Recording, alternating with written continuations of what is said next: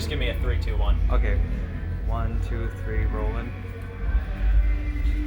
I am here with the lovely Grace Potter. We're hanging out backstage, and behind us, this actually isn't Grace's rider here. No, this is someone else's spread. I don't know where it came from, but I'm gonna eat some of it in a little bit. What's like your favorite thing on this table right now? Let's take a look. Oh wow. Okay, so I'm kind of into the chocolate-covered pretzel scenario here, but also wait. Okay, well Doritos, you can't go wrong. And then what are these? What are we, oh wait, high chew. What is a high chew anyway? I had one of those and I thought it was gum, and then it started disintegrating in my mouth, and I was like, that's not gum. That's creepy. Yeah. I don't think I'm gonna try one of these. This is like one of those weird candies you find in Indonesia. You know, like that they're just for people who can. It's like if you grew up with it, it makes sense, but otherwise you don't want it. I totally agree with you. So do you have anything like weird on your rider, or are you like, I have to have this, otherwise I'm not performing? My weirdest thing on the rider is tabbouleh. I love tabbouleh. It's a Mediterranean combination of like bulgur wheat, parsley, mint, onions, garlic, lemon, olive oil, and like quinoa. And it's really good. You chop it up really fine and you just eat it all day. It's just delicious. I've never even heard of that before. I'm gonna Google it afterwards. Google away. So you're on a long list of very talented people on this bill. I mean, you got John Mayer, you have Jacob Dylan, you have Dierks Bentley. The list goes on and on. Yeah. Is there anybody you kind of crossed in the hallway that had you starstruck? Somebody you haven't met yet that you just latched onto their leg? Oh man, I latch onto legs all the time. I really do. Joe Walsh from the Eagles is here. I actually just ran into Mark Cohen, who said he was a fan of me, which is crazy because his song "Walking in Memphis" is like half the reason I play piano. So that was wild.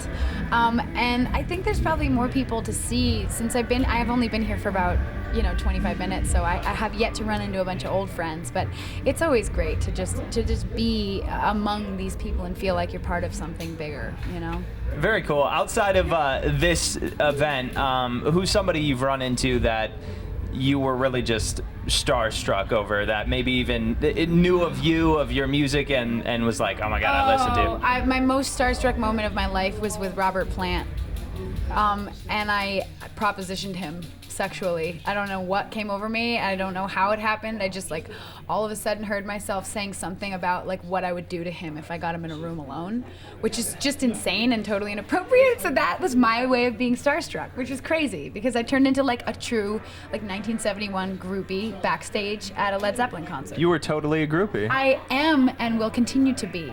Till Was there his dying day? Was there just not a room you guys could find? Because I feel like he wouldn't turn that down. He he was very gracious about it. And I think he knew I was flustered, and he knew he had heard about me and said nice things about my music, and I was just so flabbergasted that he knew who I was at all, that I just kind of don't remember what I said after that. And thank God he's a pro at it, and he probably gets that offer about 35 times a day. So that's pretty cool to remember. When Grace gets nervous, she resorts to sexual things. So are you nervous right now? Oh, okay. I just want to touch you all over. So. So Grace, are you excited about tonight? I mean, what's your favorite song to perform? How do you keep it refreshed, kind of, so you don't get bored when you're on stage? Yeah, it's hard. I mean, there's nothing boring about what we're doing tonight, and really this is a tribute to Levon. So more than anything, I'm honored because I get to play one of my favorite songs of all time, which is called I Shall Be Released. It's a song that I've played for years, and just to be able to get up there, and it's a really sparse performance. It's actually just me, my drummer Matt, and Don Was on the bass, which is just a really special moment in the show because I don't think a lot of other people are breaking it down quite that much. But for me, that song in particular is one of my favorites. Also The Weight, of course, and I just can't wait. I can't wait to see my friends by Morning Jacket. They're playing with Roger Waters. It's just going to be insane. Have you touched Jim's hair from My Morning Jacket? Yeah, I've spent a lot of time with his hair. I actually gave him dry shampoo for it because he was saying how he has to jump in a shower right after he gets off stage because he's a sweaty mess. And I was like, just use some dry shampoo, And all the girly product considerations were lost on him, I think. I'm sure he loved that. Yeah. Well, meanwhile, I gave him like a $30 bottle of dry shampoo and he never used it. So, well, I don't know if he's never used it. I'll ask him when I see him. That's probably in his rider now. It's all dry shampoo on the table. Dry shampoo, it works. If you're gonna have hair as long as Jim James's, you better have some dry shampoo. Grace Potter hanging out with us. Thank you so much. Good talking to you. Awesome. That was cool. hilarious. Great. Yeah, it was so